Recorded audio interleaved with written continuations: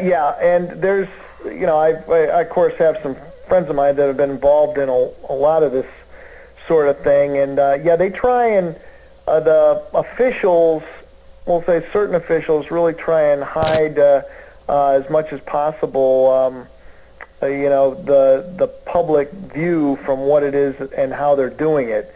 Now, when we did went back and looked at ballots, we videotaped all that activity, videotaping, recounting. Why wouldn't someone be able to? I mean, could you imagine some things like, I mean, I'm not talking about like national security things or things like that, but that's a thing that a lot of people claim, which isn't true. Transparency. I mean, I'm all for as much transparency as possible. And, when it comes to the vote, and there's way more to this than just the counting of the votes.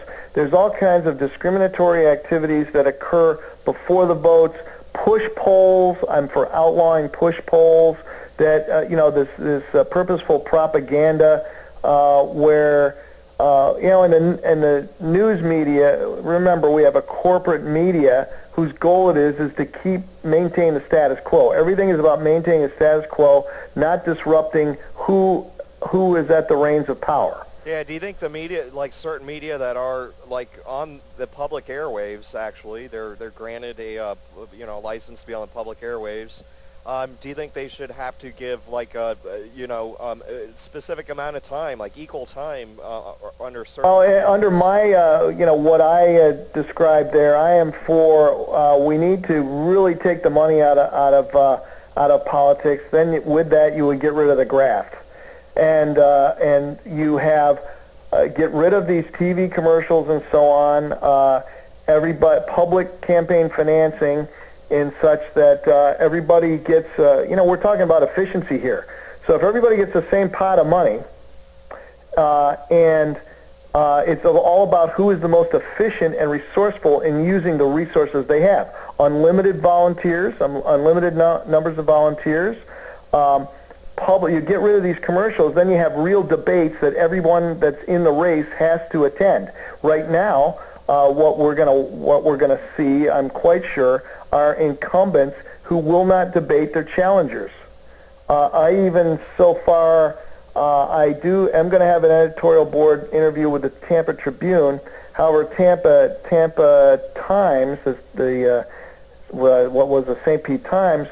They're saying it's been our policy not to interview NPA candidates, and I say, well, now you're gonna interview the Democrat who is a 25-year-old guy who works at Walgreens as a certified photo development specialist, but you're not going to interview a guy with my credentials. I take care of I manage the care of cancer patients and have a deep understanding of the problems that are inherent in our healthcare system, and actually have plans to save our healthcare system for the masses, not just the. Now, actually, that's a big issue. Let's hear your healthcare plans. Actually, that's another. Well, as I said, I just have put this video out. John Russell refutes Paul Ryan's plan for Medicare reform, which is really to really destroy it, the privatization of Medicare. They want to really turn the whole thing into a, when you talk about taking public money and, funding private